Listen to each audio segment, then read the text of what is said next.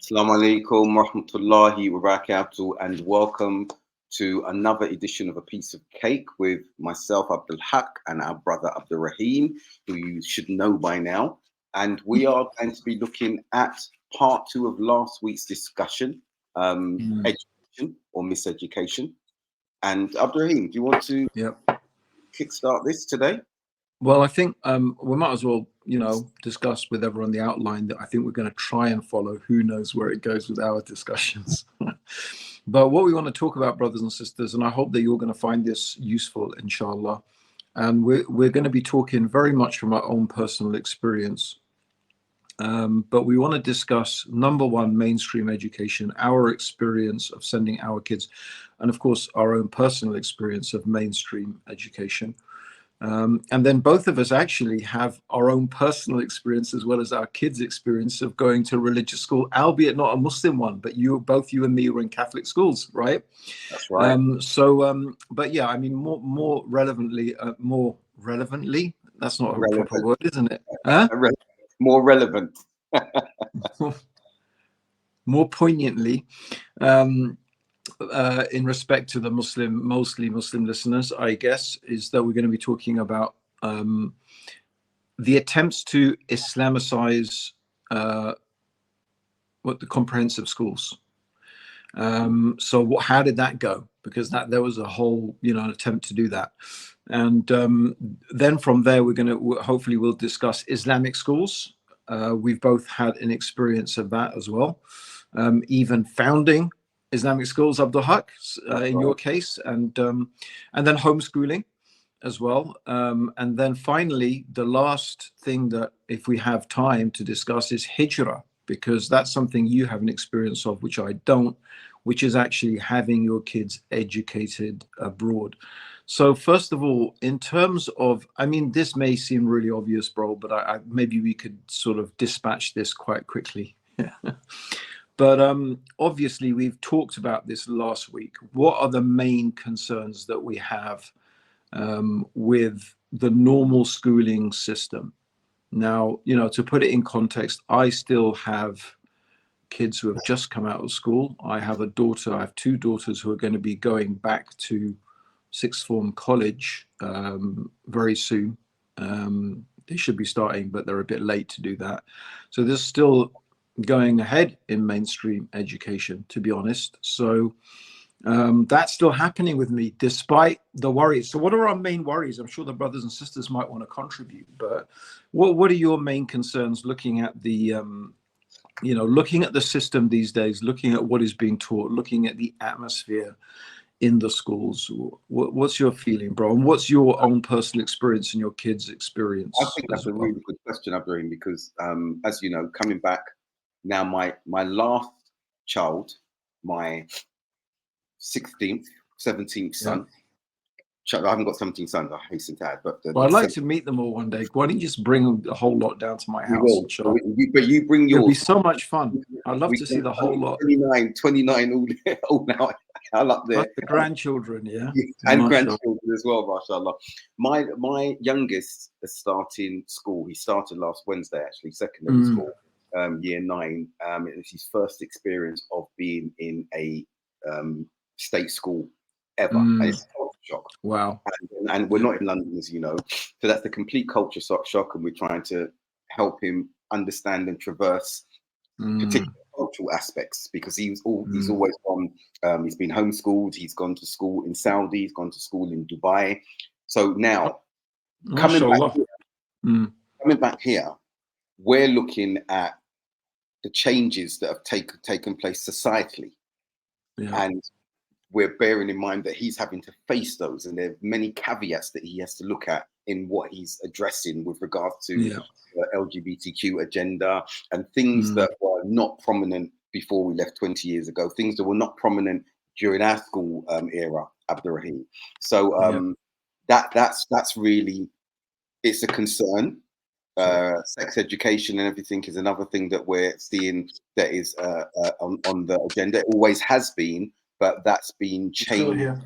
Yeah, that's okay. That's been changed to actually meet today's dictates and climes And one thing that I'm quite relieved about, in the letter that I received from the school very recently, is that we do have the option to opt out completely. And obviously, it's a foregone conclusion what we're going to do in that regard. But then again, Abdurraheem, what another aspect of concern I've got. I mean, it's quite, sorry, just to interrupt there, bro. Just to interrupt as an interesting point, and let's not get too sidetracked, but we might, who knows? This is, you know, how it goes with us. It's very interesting that there's a lawyer, a whole group, I think a group of lawyers and some, you know, and some parents have actually filed a class action lawsuit against the government and the state schools for basically imposing the LBGT agenda in state schools unlawfully. It's actually, according to them, unlawful. I listened to a very, very interesting interview with the lady who's leading the whole class action lawsuit, which is quite a new thing apparently in UK. Saying it's totally illegal. It's an ideology. Schools are supposed to be free from ideological indoctrination. She broke the whole thing down and showed why it's totally illegal. So maybe schools are getting a bit frightened and getting a bit realizing that they're not compliant with the law and they could be in trouble.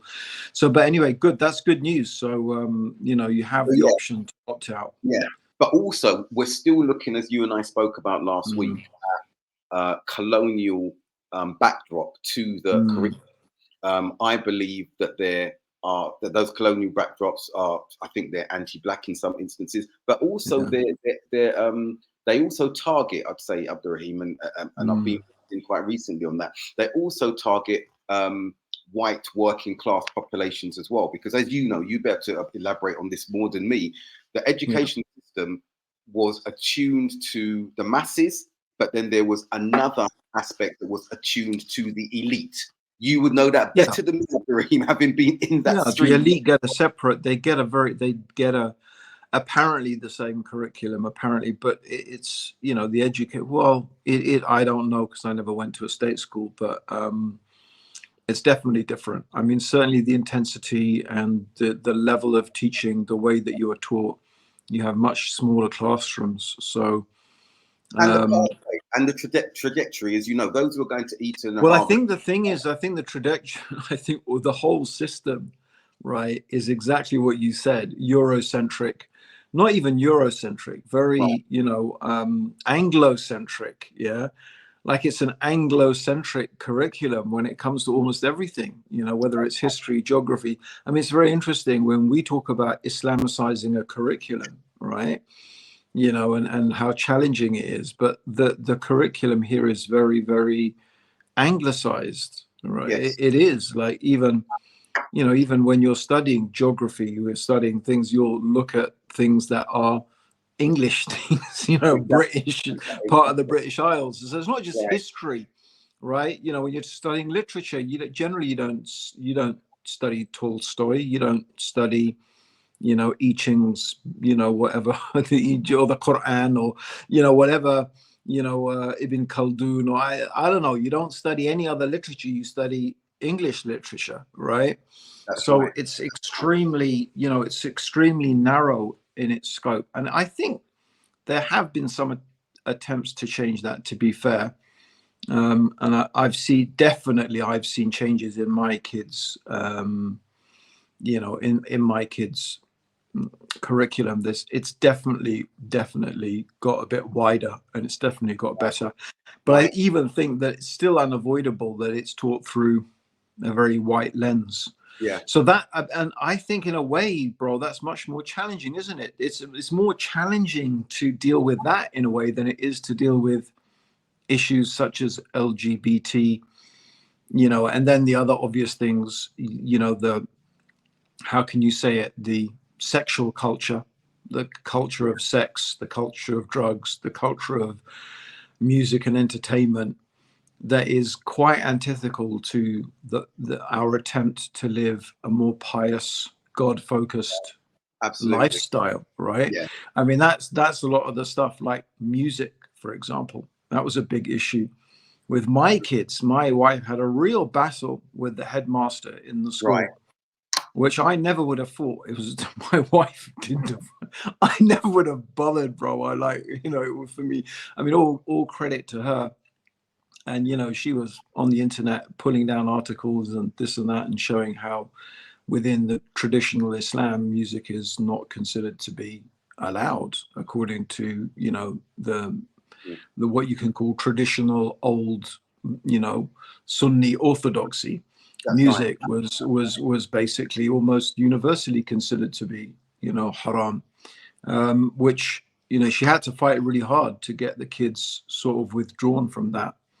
right. And then there was all these subtle attempts to get the kids to go to church, you know, to go to Harvest Festival. And, you know, it was like, look, there's a difference between an educational visit that's actually educational and the kids participating in an actual act of worship. Right. There's always these things going on. But to be fair, the school by and large were, the schools were by and large, in my experience, you know, they were quite informative. They would let you know, they would tell you about what's happening, even though there was this subtle pressure to try and get your kids involved in everything. I mean, that's been my experience. So it's definitely a challenge. Now, I know you're listening, Abdul Haqq, because I want you to tune in and see what you got to say. But brothers and sisters, I think what is very interesting is how do you deal with all of that? Now, for many years, I had the idea or the belief that it's actually maybe better to send your kids to a state school. And the reason that I thought that is because if we are going to live in this society, and that's always been my intention is always to live here, to bring my kids up here, to build my family, to build my life here in the UK. And if your kids are going to be raised here and they're going to work here and they're going to live here, then they need to know, number one, what is the reality? And number two, they need to know how to deal with it. So the earlier they learn how to deal with it, the better. So it's almost like you throw them in the deep end. It's almost like old school, you know, you want to hear, you're going to learn how to swim now, chuck them in, you know, and yeah, swim, you know. It's almost like you have to do that. You know, you have to put your kids through that if they're going to survive it. And I think it's an interesting, I think it's an interesting discussion that how Islamic schools can artificially isolate you, and then when kids come out of it, it's like they go wild. So what do you think? Should we move to that Islamic schools? What do you think, bro? Do you think? What do you agree with? What do you not? Do you agree with that idea that maybe they should go to state schools because that's the only way they can really prepare themselves for life in Britain?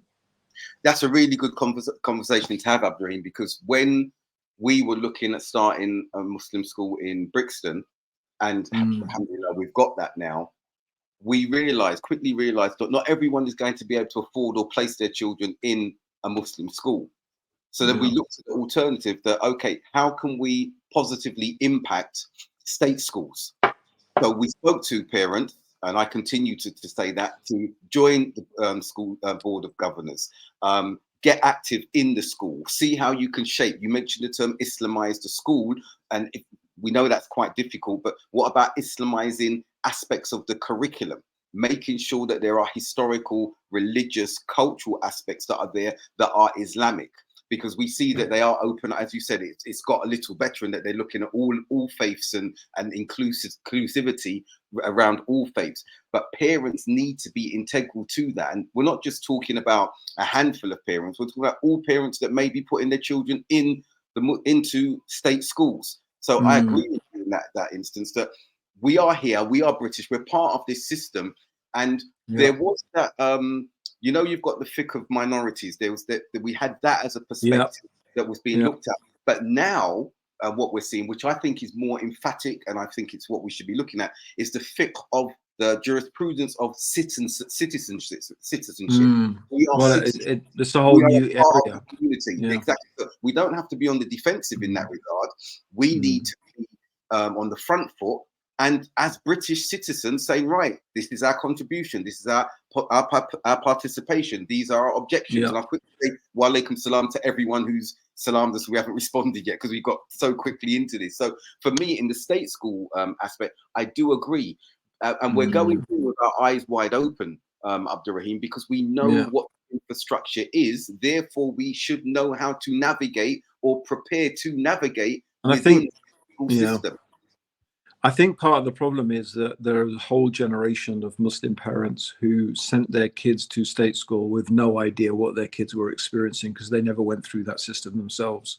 Right. And that was really, really problematic. But I think when you have a generation of parents who have been through it and they know what's going to happen, they can prepare. This is why one of the reasons, by the way, I'm so against, people marrying, for example, people from abroad and, getting a wife from Pakistan and bringing her here because, like, why? Number one, you got plenty of sisters here. Number two, like, she's not going to be ready to teach her kids for what's coming, right? Like, you need someone who's been through the grind of that state school system and come out the other side, alhamdulillah, Muslimah. That I think that's another, let alone the ethics of taking a person from the land of Muslims to this land. But that's a diversion. I think the other thing is, bro, the other aspect that I have always brought my kids up on is the dawah aspect. And I think it's been a lifesaver for my kids, right? Me and my wife have always inculcated into the kids, and I'm not talking about hardcore standing, in the playground, on a soap stand and turning it into speaker's corner, but always making them understand they are ambassadors for Islam. They have a responsibility. They should be telling their friends about Islam. They've got to display the best manners, the best grades, not because we really care what grades you get, because people need to see that Muslims are high achievers. They're good people who can, do stuff and to give a good impression because you're ambassadors for Islam.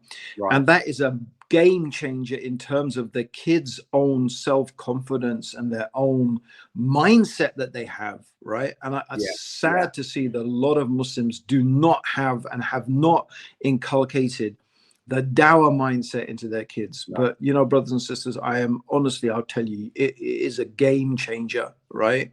For your kids' mindset, for their own self, what do they call it? Psychology, self-worth, their preservation, something psychology. Yeah.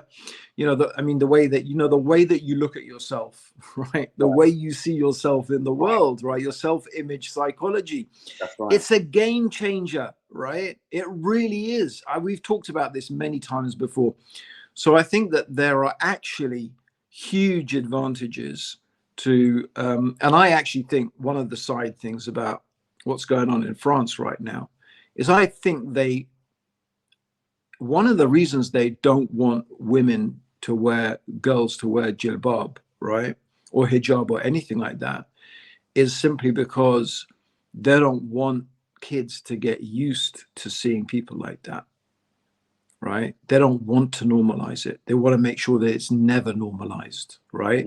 Because imagine you're going to school, right? And in that school, you have friends who are girls who wear hijab, right? Who wear jilbab. Imagine how many girls are really super insecure about their bodies, right? Because of the whole propaganda that they're being, objectification. Yeah, and they can see that the hijab, the jilbab is a way out of that. It's a beautiful way to just cover yourself up. I don't need to expose myself to all of this nonsense, right? In other words, what they're trying to do is trying to take away this indirect dawah opportunity. They're trying to lessen it. They're trying to blunt the impact of that. I think that's part of the reason what's going on. That comes down to, Abdurraheem, what I've looked at myself, where I've discussed with you before about ideological and behavioral extremism, and that the latter is subjective. So in France, they clearly see the abaya, the hijab, the niqab, and everything. They clearly see that as a behavioral extremism, which is wrong, because it's not in that respect. I don't even think they know it's not perfectly well.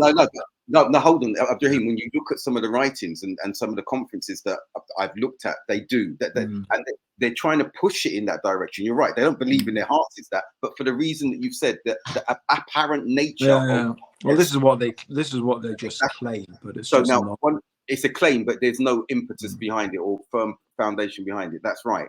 But also remember, when we used to give dawah in Hyde Park, Leicester Square, going up and down, we used to say to our audiences, if you are not giving dawah is being given to you.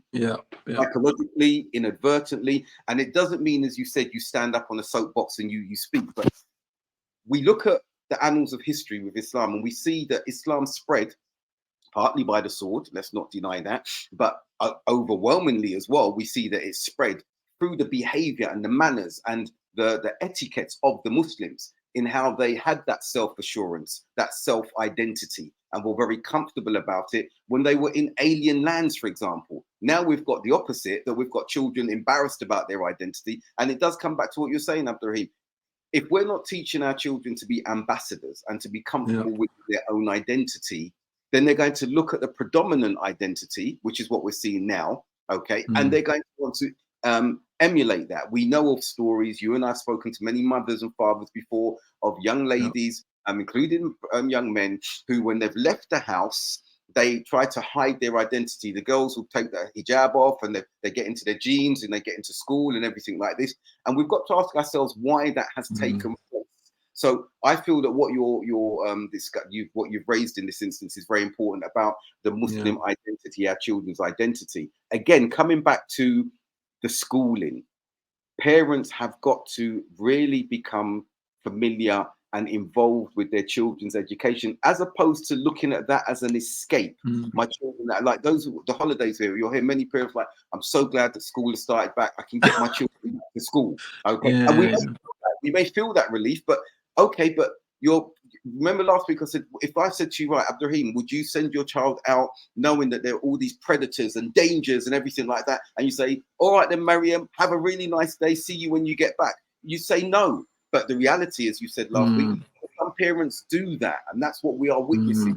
Parents really need to be prepared as their children are going into school. It's a very formative time for their children, and we need to be engaged, especially in the state school aspect. But you asked about the Islamic aspect. So therefore, yes, I do agree that if you put the children in the Muslim schools, there's two things there that happens in the Muslim schools. I'm going to call it out. Can I just pause, because I want to give one example, because we did say we're going to talk from our experience. So I want to give a personal anecdote about giving your kids a dawah mindset. And here's a practical example. So when my kids were in primary school, so, you know, they was just about the age when they had to start praying 5 times a day, right? So at least, you know, that you encourage them to pray 5 times a day. And, you know, come winter, that, you know, those days are so short. So we used to let them join the Asr and Dhuhr. Yeah. Yes. But when winter came, the days are so short they couldn't get home in time. So I said, no, there's not an option for you to join your prayers. You're going to have to, you know, you're going to have to pray at school. And they asked the teachers for someone to pray, and they said, there's nowhere. You can't pray. I'm sorry, right? So I said to the kids, okay, tomorrow what you're going to do is, and I remember, because I know the layout of the school, I said, you know that bench in such and such place where the tree is there? I said, what you're going to do is you're going to meet there straight away after lunch. Yeah. I said, 2 of you, because there was 3 of them at school, I said, 2 of you are going to pray, right? And 1 of you is going to stand guard. Yeah. And then when you 2 are finished, then the other one will pray and you 2 will stand guard. Yeah. Okay. So that's what you're going to do. And you're going to pray right there. Yeah. Okay. And you're going to do that. So what happened is they did that the next day. Yeah. And then the next day after that, guess what? Some other Muslim kids came and joined them. Right. Guess what? 3 days after that, suddenly they found a place for the kids to pray. Right. And so good. So you're bringing that example. Suddenly they found a place for the kids to pray. You understand? Yeah. And I'm sure, again, the reason was not really anything, because it was like instigating. They were instigating a revolution, you know. So it was like, that's a classic example, though. Like, for example, so you'll see, if there are Muslim teachers as well in state schools, they've got to show that presence. And the reason I think that's a really good example, because when I went into the education in the 90s, and I was a bilingual teaching assistant as I was moving from a legal profession, and I remember I needed to find somewhere to pray. It's a Catholic school. And everywhere I went to find somewhere to pray, there was the massive crucifix up there. And I thought, I can't pray here. I found one room to pray in on one occasion. And as I was praying, one of the senior staff came in and started talking to me and kept talking to me as I was praying. They wanted me to stop. I finished my prayer And they stood there and said, "You can't pray here." I said, "You know what I did the next day, Abdurraheem? Because I knew there were some other children there with that. I prayed in the snow. I went out, threw the mat down, prayed, and the glass showed all the students could see what was going on. Straight away afterwards, like, no, we've got this space for you, can come and pray." So yeah, there you go. Yeah, being on the front foot, and if there are teachers there, and if there are not teachers there, parents.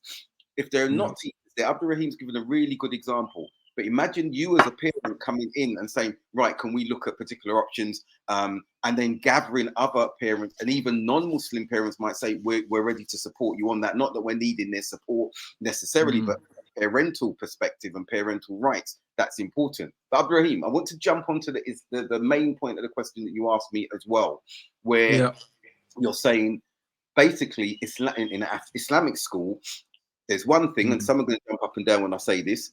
I saw, for example, that the standards in some schools were not the same because of the staff that they brought on did not have the required qualifications, experience to deliver. That was one thing. That's one thing. That's definitely true, and I can vouch for that because I noticed I was a teacher in an Islamic school. And I had no teaching qualifications. I wasn't pointing at you.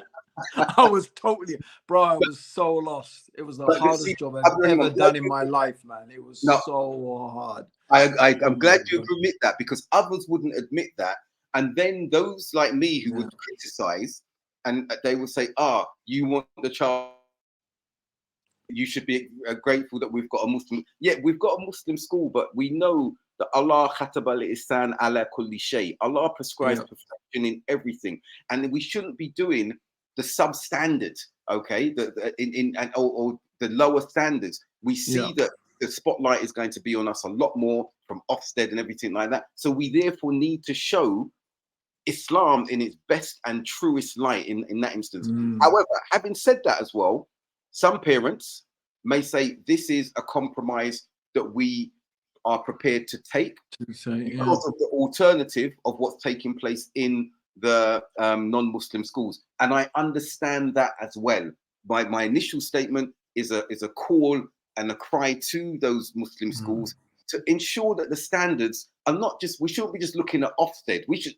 Ofsted shouldn't matter to us in the sense that our standards are already high in everything that we're doing because of our moral compass, our ground, our standing. So when they come in and they see, oh my, wow, look at what they're doing, I think that's what should be the benchmark. Now, I was there at Islamia schools, working for Youth of Islam in his management for his school and some of his other businesses, and I saw the standards that were being pushed there, okay, and they were striving. There were some compromises, but it was the first school to receive state funding for education, alongside Faversham College for Girls in Bradford. There was one more school, I think it was Madani. My MBA dissertation, which Hassan's going to put the link for, that I did those as case studies, and I looked at our local school, Iqra, and asked, can we stay independent?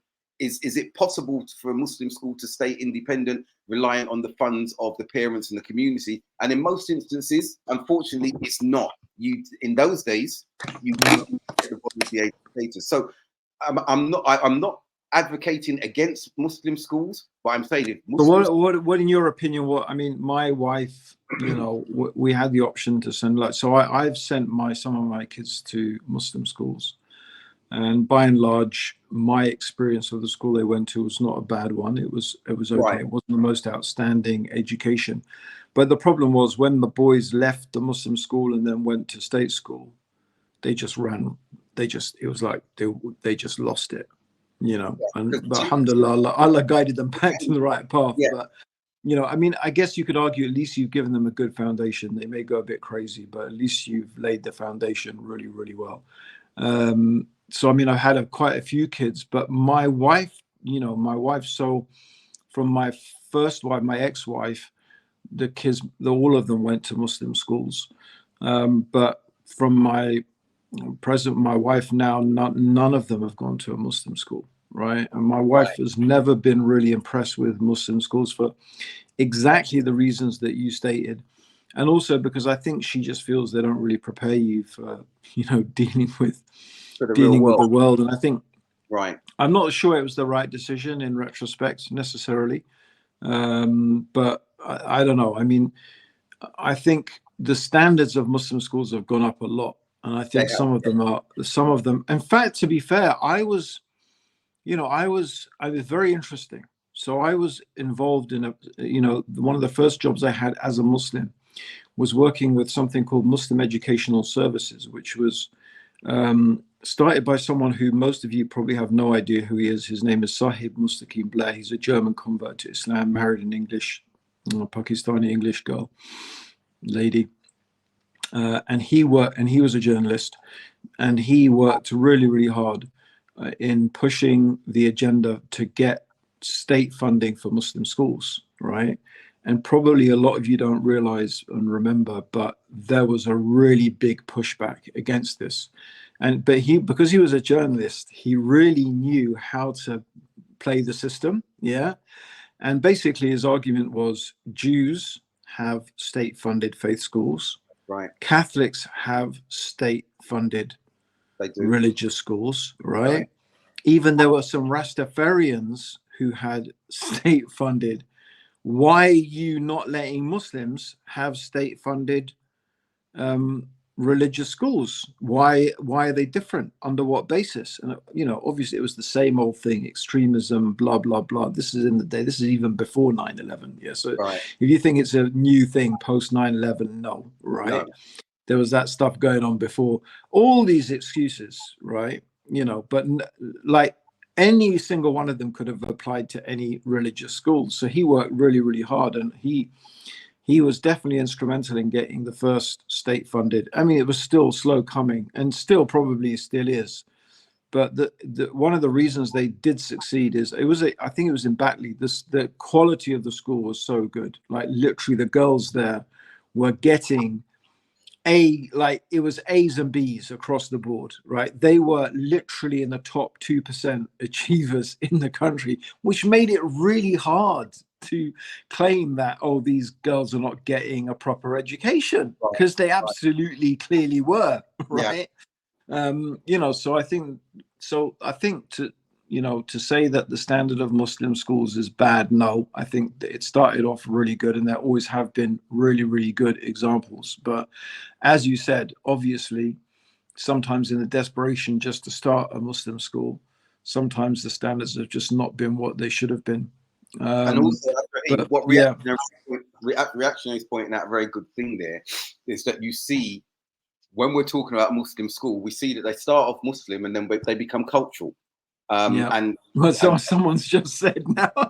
That's reactionary. Point. So yeah. I think that's a very true statement. And then what you'll see for converts like me, my children, okay, some are half Pakistani, some are different backgrounds, that you see a microcosmic racism start to come in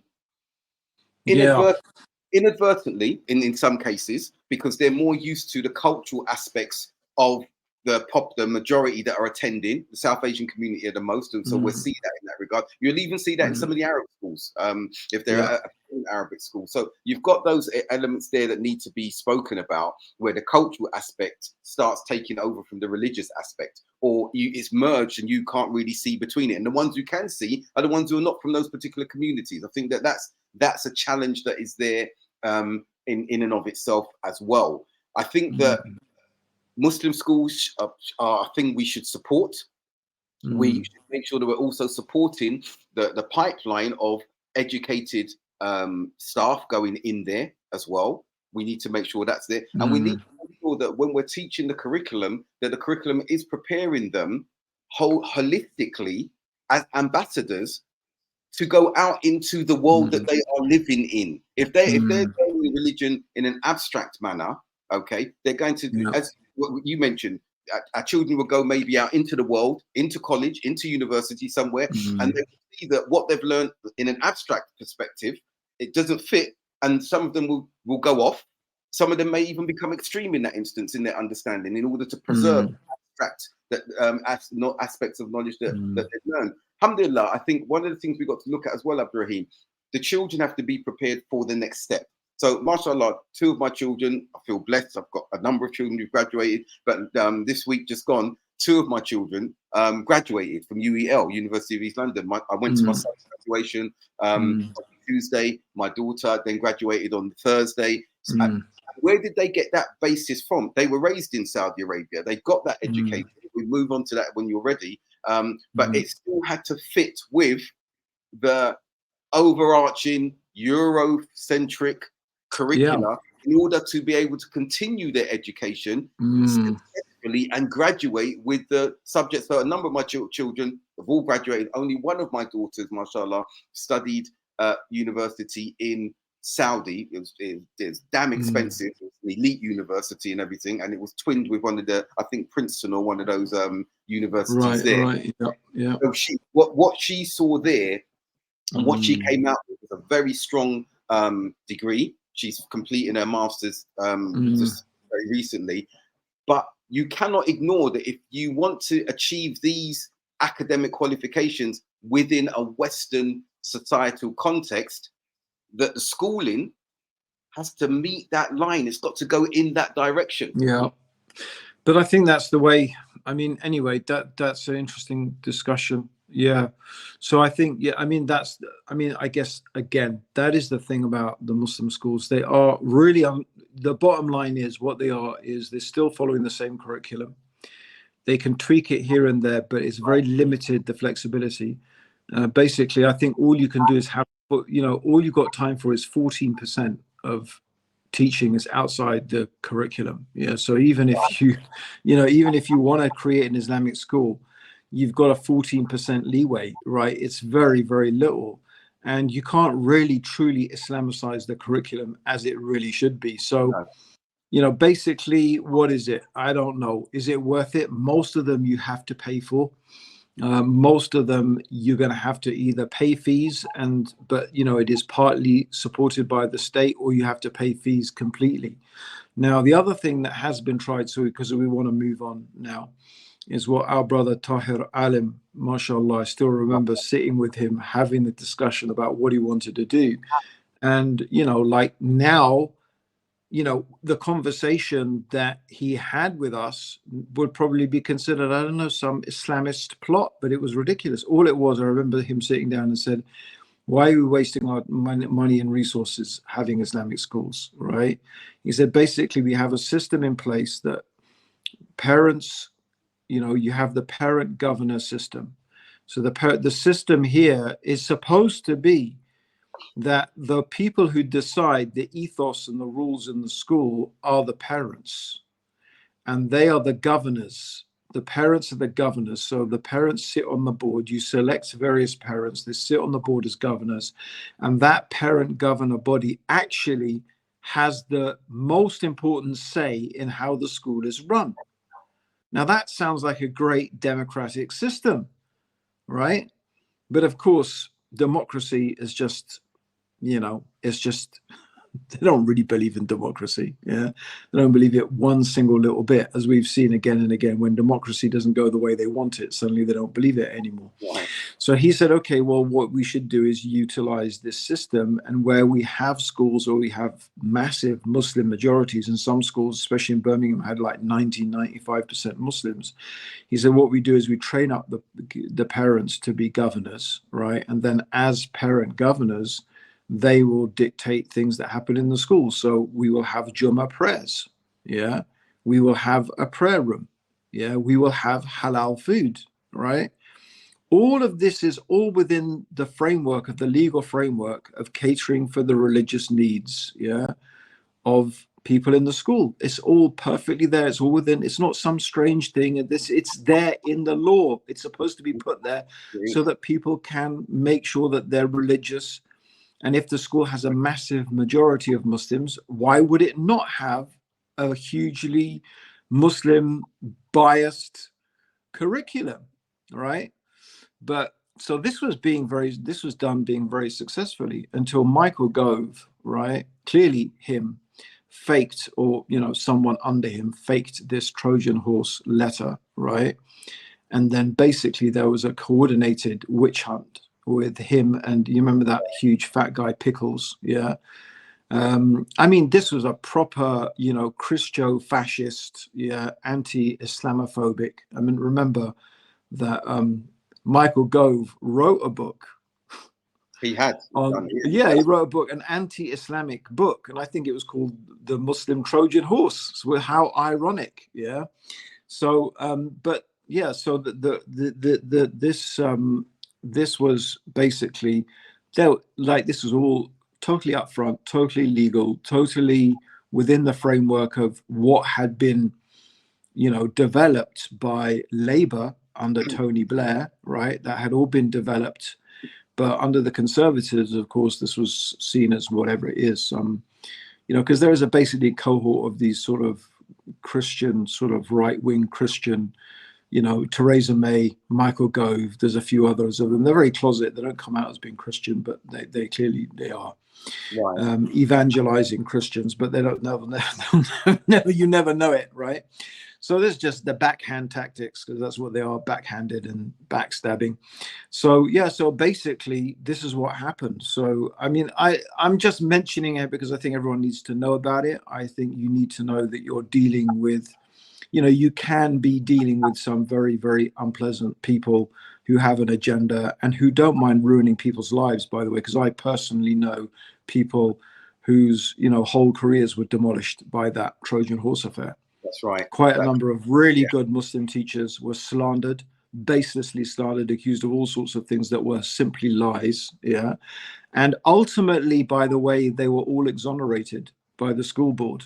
But it was too late because they'd all lost their jobs and had their careers destroyed. Yeah, this is how evil and malicious and wicked these people are. And it has to be said, yeah, that, you know, this is another thing that needs to be, people need to wake up, because I am not saying in any way, shape or form that everybody in society is evil and wicked and malicious. Absolutely not. There are lots of, you know, decent people who have good values in British society. Unfortunately, you know, we don't always see it, you know, and sometimes that's on the wane more than it is on the waxing, but unfortunately. But yeah, so it's good for us to know, because that is another dimension that we have to bear in mind, yeah, when we think about how we're going to educate our children, right? So that moves us on. Yeah, go on. Yeah, go on, bro. Yeah, what have you got to say about that? Sorry, I was. Well, no, it's good what you said, but that makes me look tangentially, only slightly, that we've got to be aware that there are Muslims within our communities who are with an agenda to dilute or remove Islamiyat from everything that's in the public space. Are they actually Muslims, or you just mean hypocrites? No, well, they say they're Muslims. We can't look into Well, that's what a hypocrite does. A hypocrite claims they're a Muslim, but really they conceal kufr and hatred for Islam in their heart. Why else would you want to remove Islam from people's lives, unless you were just a munafiq? I'll give you an example. Something's just resurfaced recently around Green Lane Mosque, that the 2.2 million that was allocated from the government has now been frozen. And that's because of an organization. I read it today and I shared it with one of the main, Abu Osama, you know him well, mashallah. I shared the article with him. And basically you've got an entity, and there was someone on X, formerly known as Twitter, pumping stuff out, raising it with the government. He calls himself, herself, whatever, Habibi, and mentioning stuff that was downright, I'm going to say, disbelief in the sense of what was being espoused, because it was talking and saying, look at Green Lane, and it gave excerpts of statements of Abu Osama and other leaders who were bringing statements, but also saying that basically going against Wahhabism, as they call it, that they're pushing hadith and they're pushing statements of scholars, and they don't stick with just the Quran. And how can we allow such Muslims to move forward? Is this Hajri guy, this Hajri. There's this guy Hajri, something Dr. something Hajri, just spouts that Quranic nonsense that he from the Quran, and basically now, because that's got the Department of Education or the MPs in a bit of a hoo-ha tiz about it. They've frozen what was going to be a very good project to build a state-of-the-art youth element. They liked what Green Lane was doing. And we're still talking about education. So the point that I'm making is that You've got those. Well, who I heard someone say someone suggested the whole thing was a setup anyway. The whole thing they were just That's passing. what I was thinking. You know what? When I spoke when with are we going to learn? he said the same thing. He said the same thing. Right, take them down that path, get them to drink the water, and then start throwing because that damages them more than anything else. Yeah. So that's taking place. But Abdurraheem, we do have that, and yes, we have different streams of Muslims. We have, and that's fair enough to an extent. I'm not talking from an ideological perspective, but when we have Muslims undoing Muslim progress, okay, and we've seen that throughout the decades being Muslims here. When you see that, especially in the education system, okay, it's even more nefarious. Because parents don't always I mean, bro, that's as old as the hills, bro, isn't it? You use a local to subdue the locals. Whether it was the US, military employing Indians to fight Indians, or I mean, it's just the old Byzantine divide and rule. It's as old as the hills, bro, isn't it? Use a native to subdue the natives, bro. There's nothing like it, is it? Because they know their people. So exactly. Yeah. So anyway, bro, look, that's a very interesting point. So I think the other thing, let's touch upon it briefly. I think we talked about it quite a lot.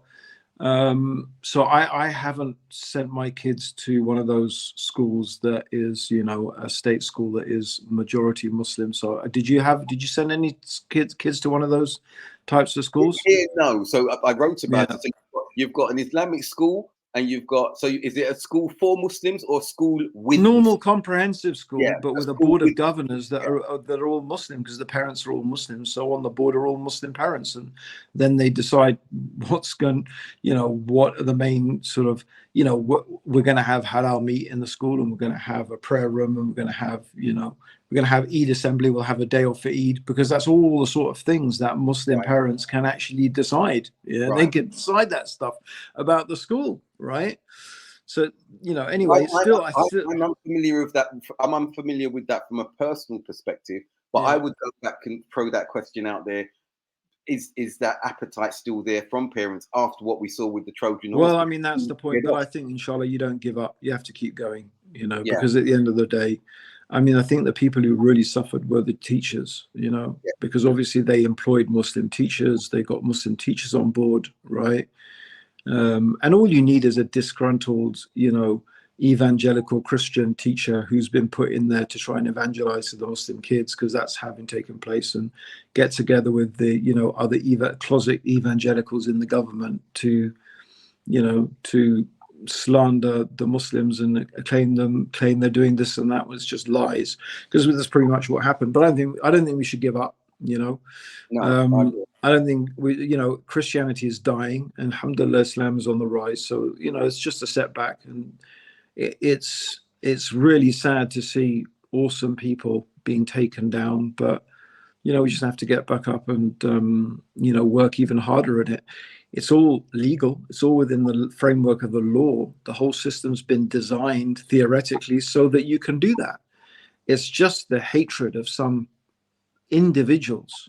I don't even think it's everybody. I think there's lots of people.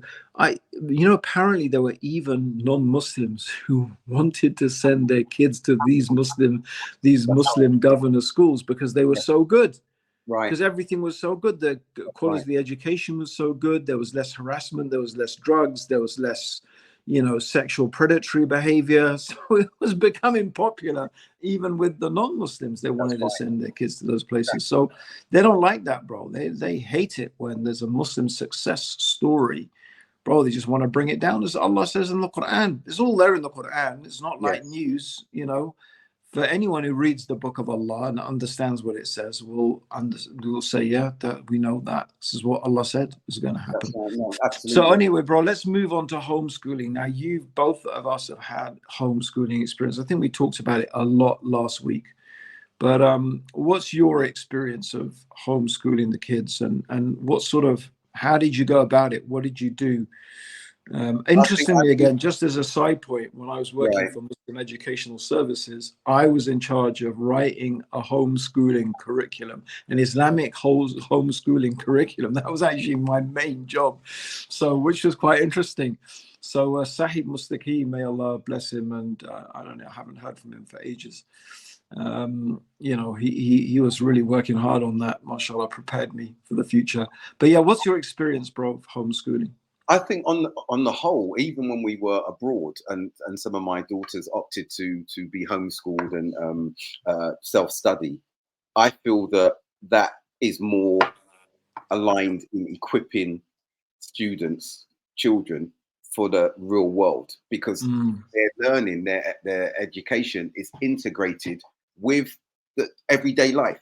Yeah. Okay, everyday life, and that's how it used to be pre-industrial revolution, as you know. That we spoke about that. So I just want to, bro, I just want to interject here, because last week, so I want to raise this again. Last week, someone said, well, how does homeschooling reflect real life? Yeah. But it really does, because it's exactly what you said. Number one, your studying is integrated into your everyday life, which is what you have to do when you work anyway.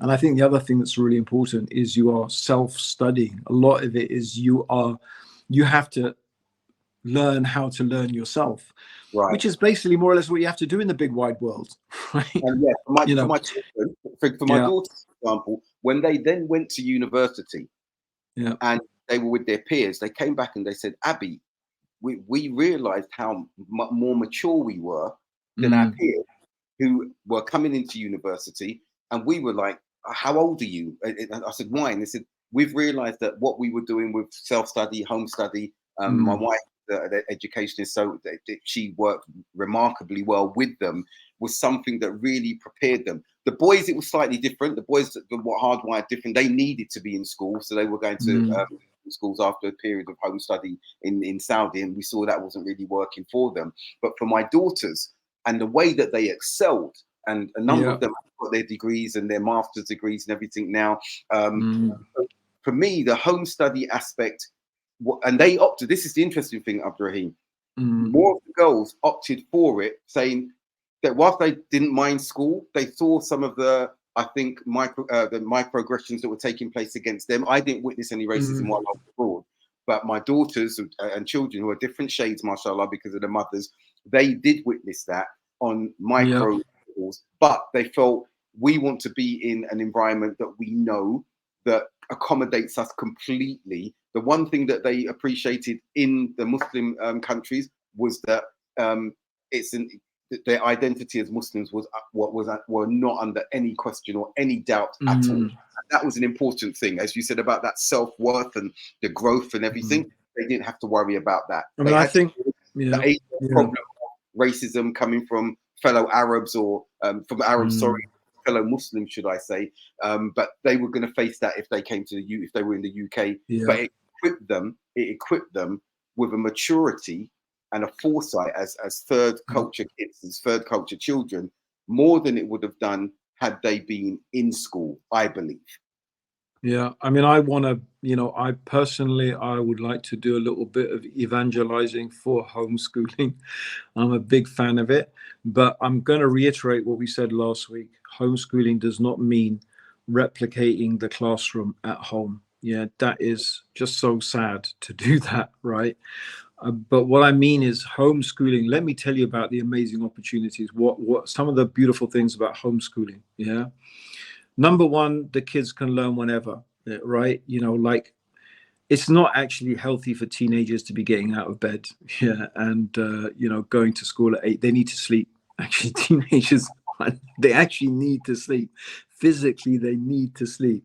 That's not one good thing about homeschooling, is that the kids can sleep a bit more, right? And believe me, they're so much healthier and better for that, and less grumpy. I'm sure a lot of teenage problems are just caused by the fact they don't get enough sleep.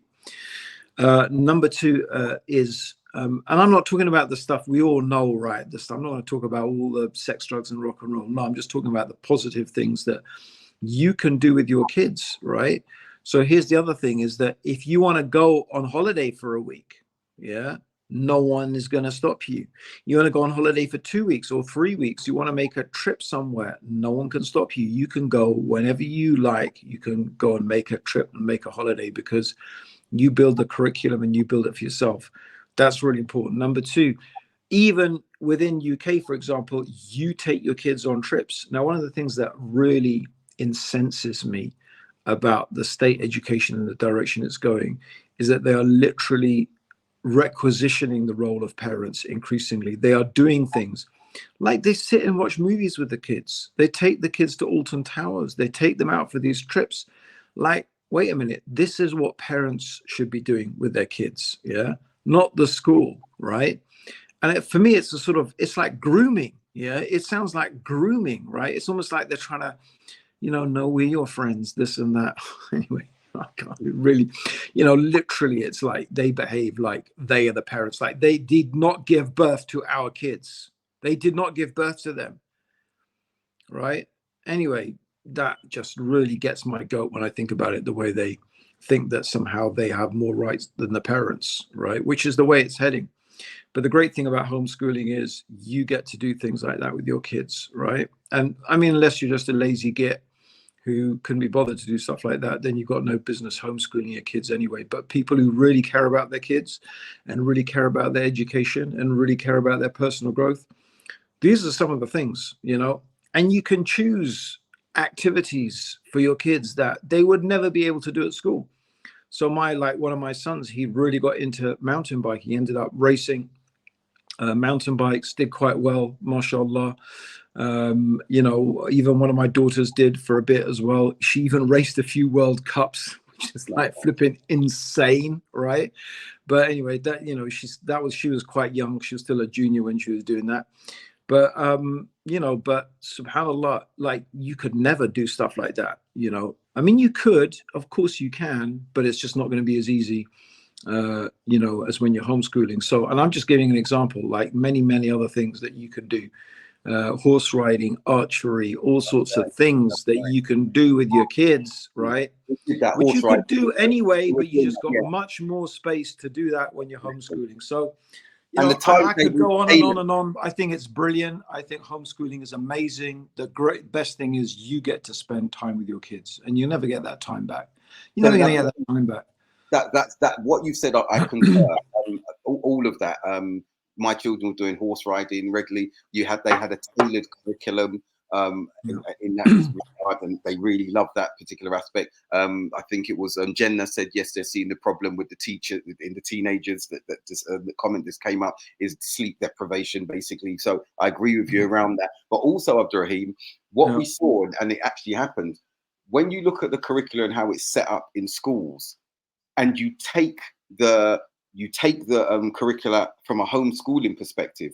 Like my children finished the GCSE curriculum for English in 2 months, in 3 months, respectively. Yeah. My kids have done that as well. Yeah. Instead of that nine month, you've got to. So it's like, okay, you're going to do these three subjects for 3 months. You finish the curriculum. What other ones do you want to do? 3 months, finish the curriculum. So that's what my kids have just done. Literally, my kids just did that, bro. I think they did in one term. They did 2 years worth of studying. Exactly. So you can do it. I'm going to flip it because they're going to be those. And that's just doing 2 hours a day. Tutoring 2 hours a day plus homework. Exactly. So we've both done that. So for me now, that I'm going to flip it because I know, and I've heard this from parents before, and they said, look, Abdul Haqq, not everyone, and sisters have said it, not all of us are capable of homeschooling, and I do appreciate that. And I'm talking about some who are really challenged financially. That's true. Yeah, very true. Yeah, and even their education, you could say bring in tutors, but they can't sustain that because of the payments. We've got to bear that in mind. But do you know what, Abdurraheem? Like we spoke about abroad. One of the things that I tried to do didn't take off is to say, okay, those who couldn't afford and those who could afford, to have a sort of tiered system that was there. So I'd say, okay, parents who can't afford, let's have a small group, and those parents will help in whatever particular way they could. It might not be academically, it might just be administratively. You understand what I'm saying? And that will give concessions to their child to be taking part. Those who are parents who are working and say, no, we love this, but we haven't got time, they would pay a little bit more money. So then the whole system works. The whole system works. That's okay. So I think we do have to take into consideration those who don't have the abilities. Not all mothers, fathers have that ability to teach. That's absolutely. And so that is and a not, challenge. and not all kids are going to get on with homeschooling. And I think that, you Right. know, I like what you said earlier, is that, you know, your daughters chose what they felt comfortable with. And that's always been with the case with my kids. The option has always been there for them. It's always like, if you really want to go to school, you know, it's just like, try this out for a bit. If you really want to go to school, I mean, 2 of my daughters are going back to school. Anyway, they did homeschooling for a bit. Now they're going back. It was, to be honest, it was like I said last time, COVID. Anyway, let's not repeat. So finally, the Jazakallah khair for that, bro. Nothing. I just want to say one word of encouragement. Yeah, is that I totally agree with you. Absolutely not everyone can hack it. I think it's a lot easier than you think it is, brothers and sisters, especially when you let the kids learn how to learn themselves, right? It's not like you have to be a teacher. You don't need to be a teacher, right? You need to trust the fact that your kids can learn themselves. And one thing I have to say is the resources available these days are absolutely outstanding. There are just amazing resources available, right? Kids can learn so much stuff. There are online courses. Just go through it. They're literally online courses. They just go through it. They do a lesson or 2 a day, and it just takes them through. It's just there, right? And the amount of stuff that is available is absolutely incredible. My son, he's only 13, taught himself to program C++, right? All online. That's all he did. He just did a couple of lessons a day. That's it. Taught himself. And, you know, now he's actually got a job. Like, it's an internship. It's not an actual job, but it's a start, right? Right. Developing some program, right?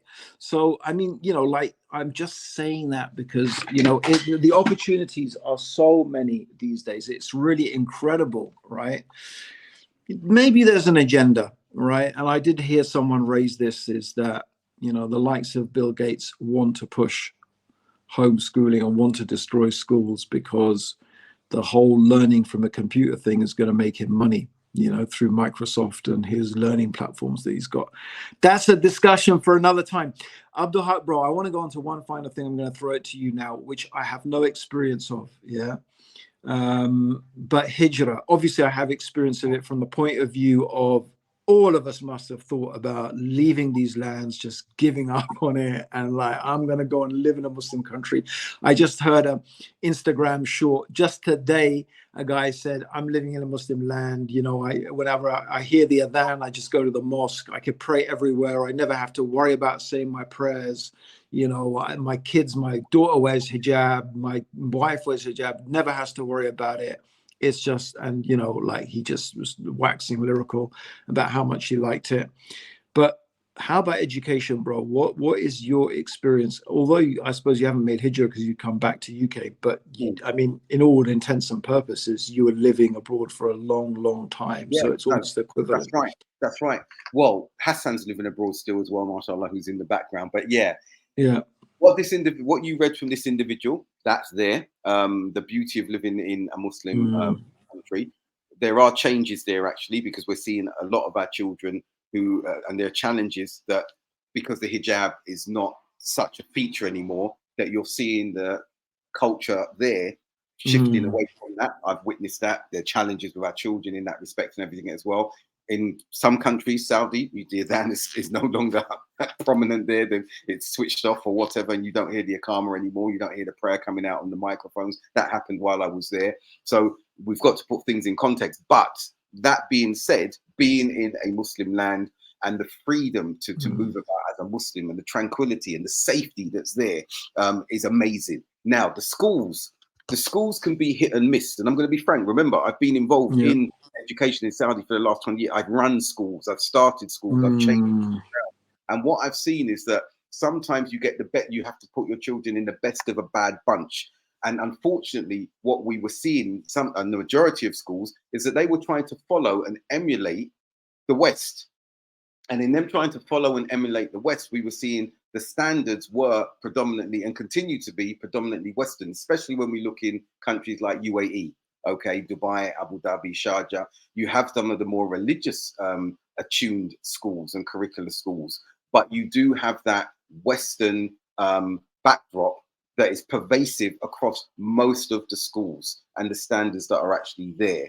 You can get a good education. In some of the schools, you will be paying for them. None of the schools are free, unless it's the Saudi state schools and everything. And even the Saudis take themselves out. The Emiratis take themselves out of their children out of those schools to put them into international schools because they see the standards as being higher in that regard. But again, there's that Western-facing, overarching curriculum that is the standard that they drive towards. Can your children do well in there? Yes. There are brothers who are abroad at the moment. You know some of them, Abdurraheem, very well. And their children have done very, very well. Again, bringing them after they've finished at a particular level, however, they come back to the West and go into very good universities. So that's what, again, they're Western pointing. They're Western pointing. Thank you, bro. Jazakallah khair, bro. So, I mean, obviously, I don't think we need to, extol the virtues of hijrah. It's pretty obvious. I'm sure everyone's thought about, nothing's perfect. Yeah. No. Nothing is perfect. But there are definitely some upsides to going to a Muslim country. So, mashallah, I think the only thing my last word tonight is that, look, guys, if you want to give your kids a good education, whether you homeschool or not, even as a parent, if you really want them to do well, you are going to have to put effort into your kids. Yeah. You can't just sit back as a parent and just hope for the best and, think that they're going to learn at school. It's not going to happen, right? Like most of the kids who are really successful at school are successful because their parents have a huge amount of input into their education. So even if you decide, homeschooling is not for you, you still have to put a lot of effort into helping and supporting your kids in order for them to really achieve well academically. So it's always there, brothers and sisters. That's just what raising kids is all about, I guess. We want the best for them, inshallah.